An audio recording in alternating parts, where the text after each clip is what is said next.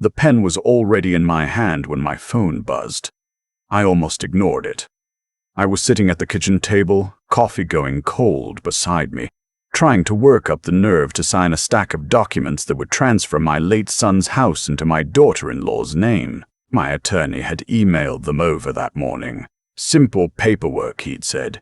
Just a formality given the circumstances. I set the pen down and looked at the screen. It was a text from my neighbor across the street, a retired postal worker named Jean who'd lived on Birchwood Lane almost as long as I had. Don't go anywhere. Need to show you something. Coming over now. I watched through the kitchen window as Jean crossed the street in his bathrobe and slippers, moving faster than I'd seen him move in years. He was carrying his phone out in front of him like a flashlight. I opened the door before he knocked. "You need to see this," he said. "No hello, no good morning." He pushed the phone into my hands. It was a video. Security camera footage, time-stamped 2 nights ago, 11:47 p.m. The angle was from Jean's front porch camera, which I'd helped him install the previous spring. It pointed down his driveway, but because of the way the houses sat on our cul-de-sac, it also caught a slice of my driveway across the street. I watched the footage twice before I fully understood what I was seeing. A figure in dark clothing was crouched beside my car. The overhead garage light was off, but there was enough ambient light from the street to see clearly. The figure had something in their hand, small, tool-shaped. They were working underneath the front of the vehicle, near the wheel well. After about 4 minutes, they stood up, looked both ways, and walked calmly around the side of my house and disappeared. I knew the walk. I knew the posture. Even in dark clothing, even at that camera angle. It was my daughter-in-law, Diane. I set Jean's phone down on the kitchen table very carefully. The way you set something down when your hands have started shaking and you don't want anyone to notice. "I almost didn't check the footage," Jean said. "My motion alerts go off all the time. Raccoons, cats, whatever. But something made me look this morning. I'm sorry I didn't come over sooner. I didn't know what I was looking at right away." I told him not to apologize. I told him he may have just saved my life. Then I picked up my phone and called my mechanic instead of my attorney. His name was Phil, and he'd been keeping my cars running for going on 22 years. I asked him if he could come by before 10. He heard something in my voice and said he'd be there in 30 minutes. Phil found it in under 10 minutes. The brake line on the driver's side front had been partially cut, not all the way through, just enough that it would hold under normal pressure but fail under hard braking. At highway speed, coming down an on-ramp, hitting the brakes hard at an intersection, it would have given out. He showed me with a flashlight, crouching down beside the tire the same way Diane had crouched 2 nights before. "This wasn't an accident," Phil said. He wasn't the kind of man who dramatized things. Someone did this on purpose. I stood in my own driveway in the November cold and tried to think clearly. My son Thomas had died 11 weeks earlier. He was 51 years old.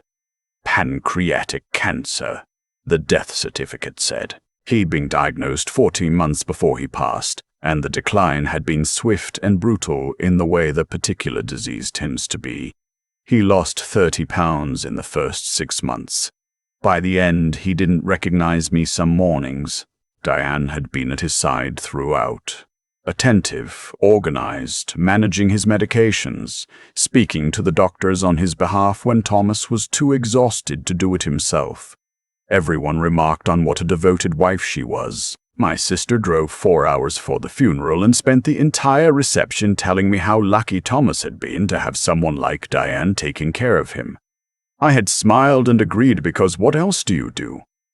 But there were things that had bothered me. Small things I'd pushed aside because grief does that. It blurs your judgment, makes you feel guilty for suspecting the worst of people during the worst moments. Like the time I'd stopped by unannounced and found Thomas confused and barely responsive. But by the time Diane got home 20 minutes later, she seemed unsurprised. Not alarmed. Unsurprised.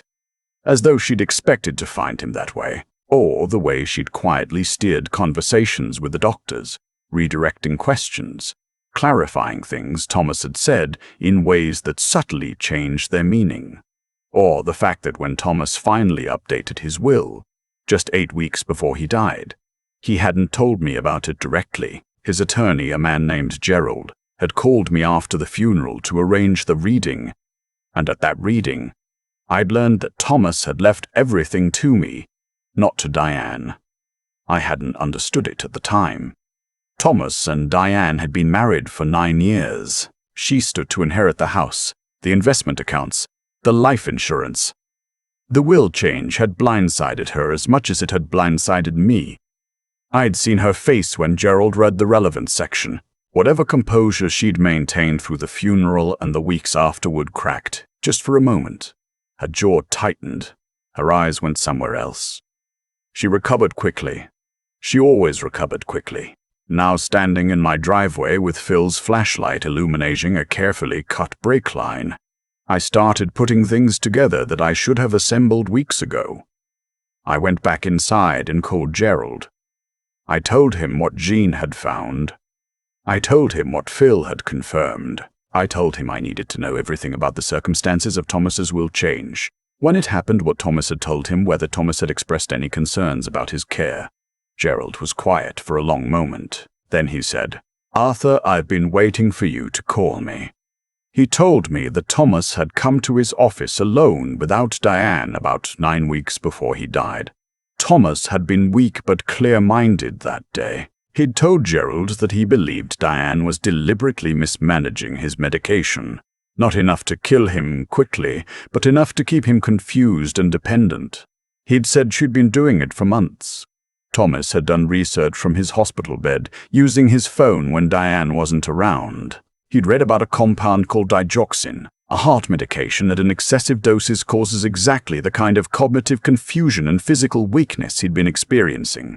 He wasn't on digoxin. He'd never been prescribed it. But Diane, before she'd left her previous job, had worked for 3 years as a pharmacy technician. Thomas had told Gerald all of this. He'd changed his will that same afternoon, and then he'd gone home to a woman who was slowly killing him, because he was too sick to leave and too afraid of what she might do if she knew he'd figured it out. He never told me.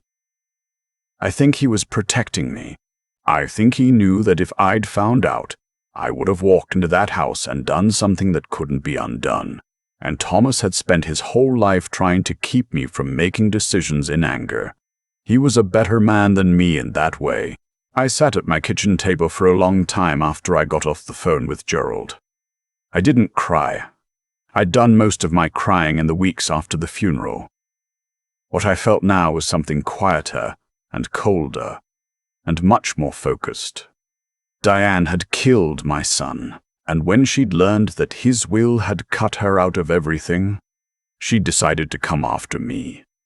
I needed to be very careful about what I did next. I called Detective Ray Howell, who worked property crimes for the county, but had grown up 2 blocks from where I'd raised Thomas and had known our family for decades.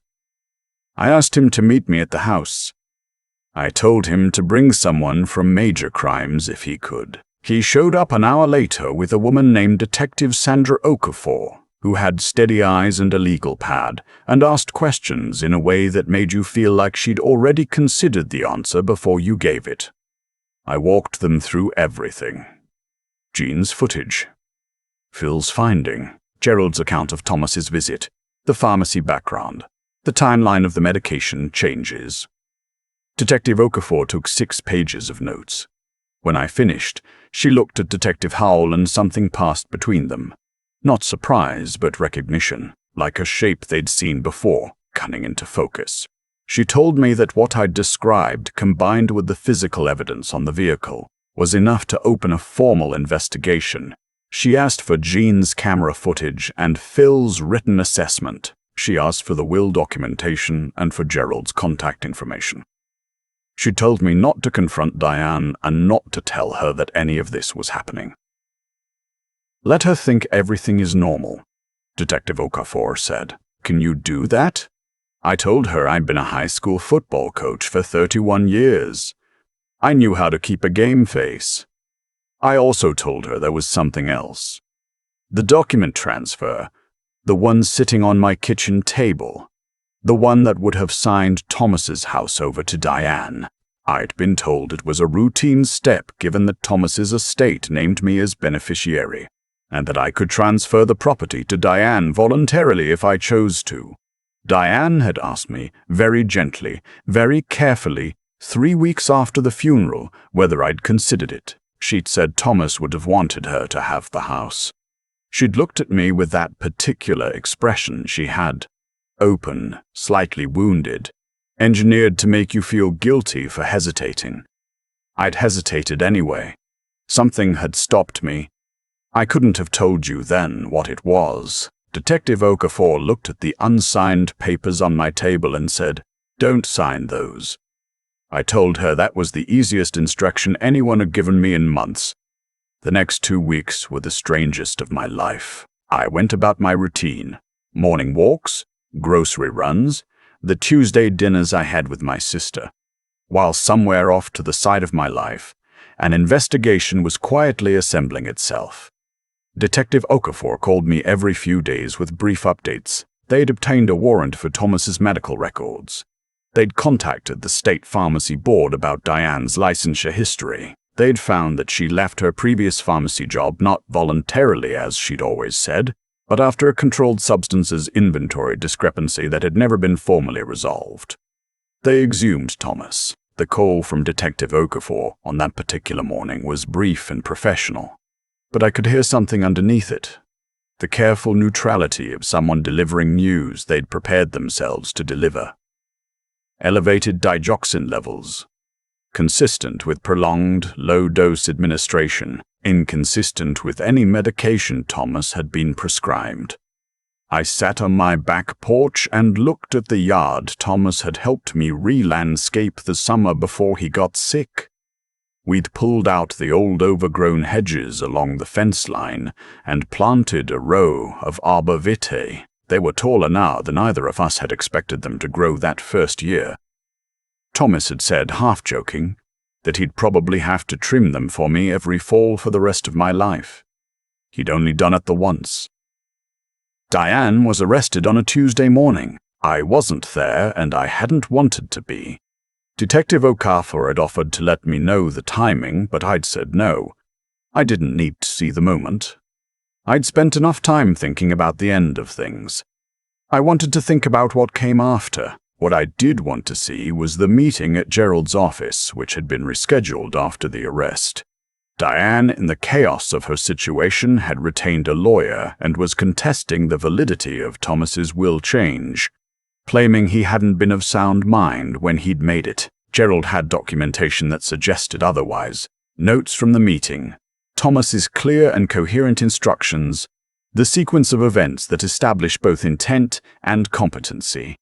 The contest wasn't going to go anywhere. Gerald's office was on the 4th floor of a building downtown, with tall windows that looked out over the river. I arrived early and sat in the waiting area with a cup of coffee that a young assistant brought me without being asked. Gerald came out to greet me himself, which he didn't always do. "How are you holding up?" he asked. "Better than I was," I said, which was true. Diane arrived with her attorney 11 minutes late. She'd been released on bail, and someone had clearly counseled her on how to present herself. She was composed, conservatively dressed, expression calibrated somewhere between aggrieved and dignified. She sat across the conference table from me and met my eyes once, briefly, and then looked at the wall just past my left shoulder for the rest of the meeting. Her attorney made the expected arguments. Gerald responded to each of them with the patient precision of a man who'd been practicing law for 35 years and had seen this particular performance before. Midway through, Detective Okafor arrived and took a seat along the wall, her presence not strictly necessary for the civil proceeding, but clarifying, the way a certain kind of weather clarifies the air. I watched Diane, not with anger exactly. The anger had burned through most of itself in the 2 weeks since Jean had knocked on my door. What I felt now was something that didn't have a clean name. Grief for Thomas, yes, always, but also a strange, sorrowful clarity. This woman had sat beside my son while he was dying. She had held his hand and spoken to his doctors and accepted casseroles from the neighbors. And underneath all of it, she had been the reason he was dying. I don't know what Thomas felt in those last months, knowing what he knew. I hope he found some peace. I hope the days when he didn't recognize my face were the same days he'd stopped being afraid. Gerald concluded that the will contest had no legal merit. Diane's attorney conferred with her in low tones. Then he said they would be pursuing further review. Gerald said that was their right. Diane stood, and for just a moment she looked directly at me. Not the calculated look she usually deployed, the one designed to evoke sympathy or guilt. This was something raw, something that, in another life, in another version of this story, might have been the beginning of honesty. It wasn't. She turned and left. The criminal case took 14 months to work through the system. I won't walk through all of it. What I will say is that the evidence was substantial, and the prosecution was thorough, and Diane's defense. That Thomas's cognitive decline had caused him to become paranoid, and that his medication confusion was a result of his illness rather than any interference, did not hold up against what the toxicologist and the pharmacy records established. The attempted tampering with my vehicle added an additional charge that complicated her case considerably. She was convicted of second-degree murder and attempted murder. The judge sentenced her to 32 years. She'll be in her mid-70s before she's eligible for parole. I stood outside the courthouse afterward, in the January cold, and felt something I hadn't expected to feel. Tired. Not the tired of defeat, but the tired that comes after something long and heavy is finally set down. My sister was beside me. She'd driven the 4 hours again, the same way she'd driven them for the funeral. She put her arm through mine and didn't say anything for a while, which was the right thing to do. Thomas's house sold 6 months later. The proceeds, along with the investment accounts and the life insurance, came to me as his will had specified. I kept enough to finish paying off my own house and to set aside something modest for the years ahead. The rest, a substantial amount, more money than I'd ever had in one place in my life, I put into a charitable trust in Thomas's name. It funds a patient advocacy program at the hospital where he spent his last weeks. The program trains volunteers to attend appointments with patients who don't have family present, to ask questions, to take notes, to make sure that what a patient says is actually what gets recorded. It wasn't something I'd planned. It was something Thomas would have done. Gerald helped me set it up.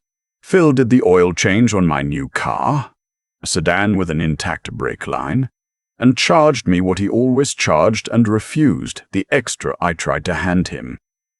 Jean got a better security camera system. I helped him install it on a Saturday afternoon in early spring. The two of us on his porch with a drill and a bag of hardware, his dog sleeping in the doorway behind us. Afterward, we sat on the steps and drank iced tea and watched the cul-de-sac go quiet in the late afternoon light. "You doing all right?" he asked. "Most days," I said. He nodded like that was the right answer. We sat there a while longer, not saying much. The arbor vitae along my back fence had made it through another winter. I'd have to trim them again in the fall. This time, I'd do it myself.